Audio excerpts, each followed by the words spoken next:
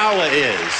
Whether you are at the center of your own network or a part of someone else's network, this is where the power is. There's a beautiful African proverb that says, when spiders unite, they can tie up a lion. When we connect, because we are disconnected, we're disconnected from those of like mind, we're disconnected from the best practices in our community. I don't care what it is that you want to do, what profession you want to engage in, what business you want to get into. I can introduce you to brothers and sisters all over America they are doing it to death. You just don't know who they are. You are disconnected from them. There is no power in disconnection. Okay? When we connect, we prevent interlopers from coming into our communities and taking and destroying at will. All right, George. Try to open up the Booker T. Washington delicatessen in Chinatown and see what happens. So we must connect. We must connect the dots. That must be the movement for our people in the 21st century. We need a lot of us doing a little instead of a few of us doing a lot. We need to get together to get ahead. That is why we must network.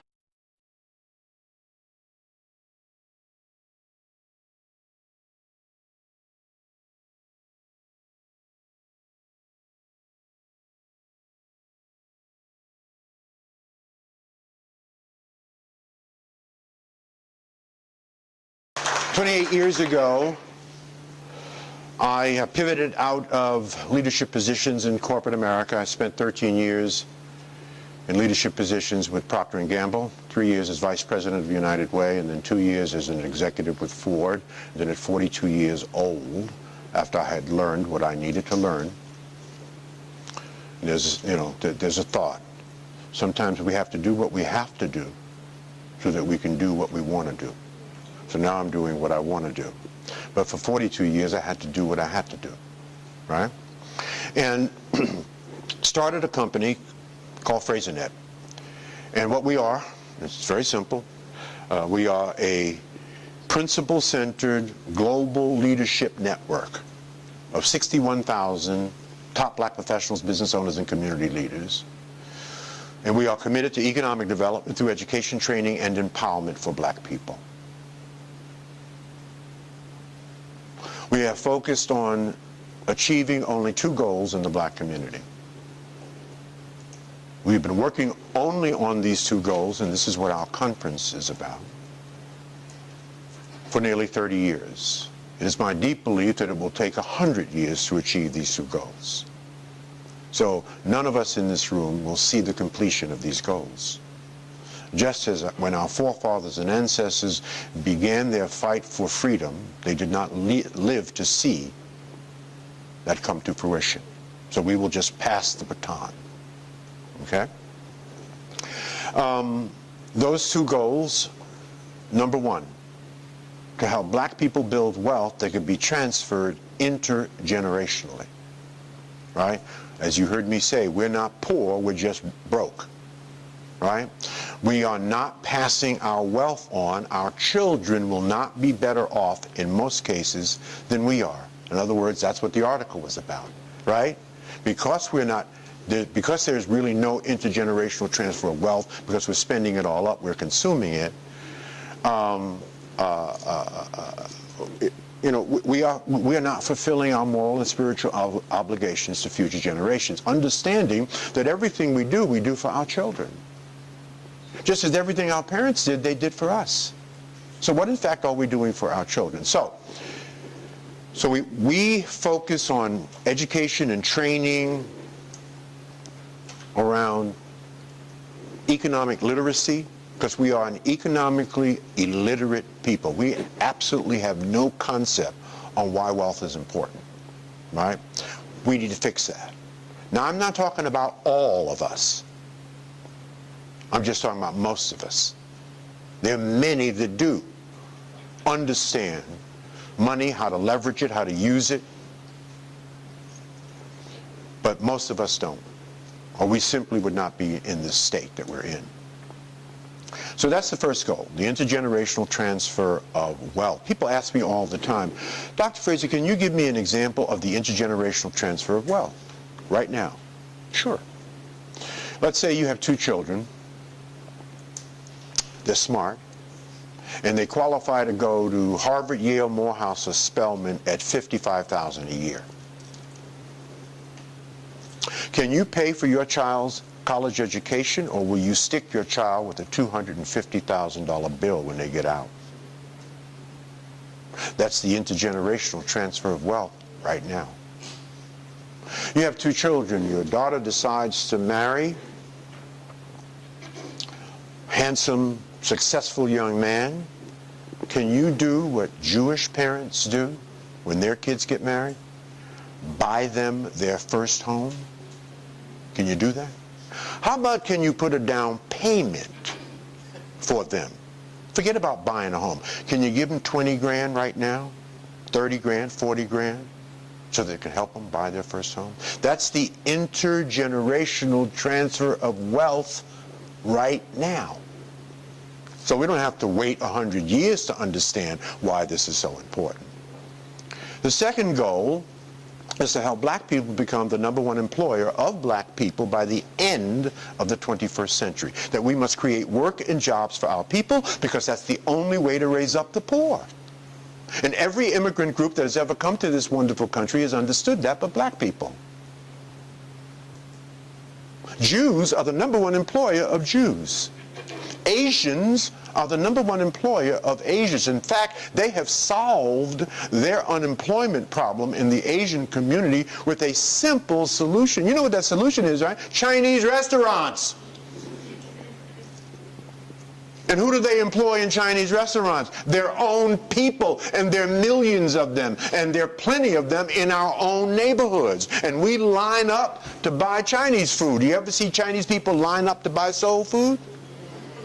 Shit, I ain't never seen that anywhere in America. They ain't thinking about you and what you offer. They thinking about them and what they offer you. And most of us are just fine with that because we have no consciousness around doing anything to fix that. So we must create work and jobs for our people. Now, I am not suggesting to all black people that we should resign from the public and private sector and go start businesses. Oh, no, no, no, no, no. There's some Negroes out there that should not be within 100 yards of owning a business. Right? You know, I don't know how long you've been black, but I've been black for 70 years. We have business people and we have business people. And the job of FraserNet and the Power Networking Conference is to put the business people out of business. Right? Because they're messing it up for those of us who are trying to do serious business. Now, we have all met some black business people who ain't taking care of business. They do not deserve your support. Yes, I support utilizing black businesses, absolutely. But I use the Jewish philosophy. I learned this from Jews. Jews do not support Jewish businesses just because they're Jewish. Oh, no, Jews are much smarter than that. Jews will tell you, all things being equal, quality, value, and service. See, I could tell you to buy from a black, but you ain't getting quality, value, and service. You ain't stupid. You're not going to waste your money, right? But all things being equal, same quality, value, and service, I'm a Jew, you're a Jew. That's the tiebreaker. But all things have to be equal first. And then we are of the same kind, you get my business. Yeah, there may be a brother that is of equal quality, value, and service, and you know Jews love black people, but no, they're going to do business, generally speaking, with their own kind first, all things being equal. Right? So, we help our people to chase excellence and not chase money. You see, money will always find excellence. In fact, when you become amazing and excellent at what you do, you will not be able to get out of the way of money. Most of us have that ass backwards. We are chasing money. We are not honing and developing and refining our skills. We figured, oh, we got an education. I got a high school diploma. I may even have a college degree. That's all I need. Well, let me give you some statistics about brothers and sisters with college degrees. I read this statistic. I'm praying to God that this is not true. But I'm going to give you the statistic as I read it. 67% of African Americans that have a college degree, once they graduate from college, never read another book in their life. Let's just say that's half true.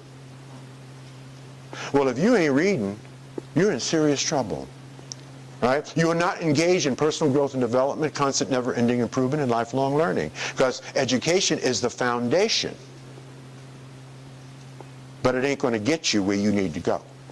You have to constantly reinvest in yourself. I am 70 years old, inducted into the Minority Business Hall of Fame. I'm at the top of my game. Last year, I spent $14,000 on personal growth and development, conferences, workshops, seminars, CDs, books. And I'm already in the Hall of Fame. How much did you spend last year on you? That's the most important thing, on your mind, not on your creature comforts. Once you look at the amount you spent on stuff, and measure that up against what you spent on education and training. That's called the E to E ratio, your education to entertainment ratio. Is your education ratio triple of your entertainment budget? If you spent $1,000 last year on entertainment, concerts, and those kinds of things, did you spend $4,000 a year on your mind? Your mind? To get you where you need to go to compete in this racist society that we live in? Because that's what you're going to need. You're going to have to be amazing, because if you're black and mediocre in America, you better leave. Because you're going to be marginalized and you're ultimately going to be destroyed. Could you imagine a young brother? 50% of our children are dropping out of high school. High school. The first and foremost responsibility of any culture or race is to educate their children. We're failing at that. 50% of our children are dropping out of a high school. Can you imagine a brother in the 21st century without a high school diploma? Where is that brother going? To jail. They're already building jails for him right now. They have predicted that. So the ones that don't graduate, or the ones that do graduate from high school, half of them can't read at grade level. Most of our kids are graduating reading at somewhere between a 6th and 7th grade reading level. That's a fact. Now, if you have a high school diploma and you go to open enrollment of a, let's say, a historically black college, open enrollment, you don't really need SAT scores, and you're reading at the 6th or 7th grade read level because it's open enrollment, you're not graduating from college. Why? Because the first day of college, you're going to have 4 classes and you're going to have 6 reading assignments. You're going to have to read all night, analyze, and then write. And if you can't read, you can't write. And so pretty soon, you're going to get behind in your reading. And that's why we have, in many of our colleges, 20, 30, 40, 50% dropout rate. It ain't money. They can't read. We can't read. Why can't we read? Because we have some bad habits. We have some very bad habits. And we have some habits that are totally unique to black people. I mean, white people do not have this habit. I'm going to give you one of these habits. White people do not have it. Only black people in America have this habit. Nielsen, the people that measure television viewing, came out with a huge report last year. We ought to be ashamed. African Americans watch 72 hours of television a week. That's 10 hours of television a day. Any Negro watching 10 hours of television a day needs their ass kicked. Really. You're right. You ain't about nothing. You're watching 10 hours of television a day, you're working 8 hours a day, and you're sleeping the rest. You ain't about nothing. So here's a couple of things I'm going to say to you. A, stop it.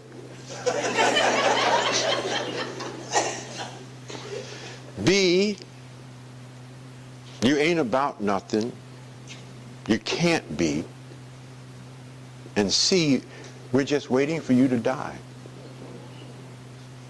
Because you're not contributing anything to your family, to your own personal life,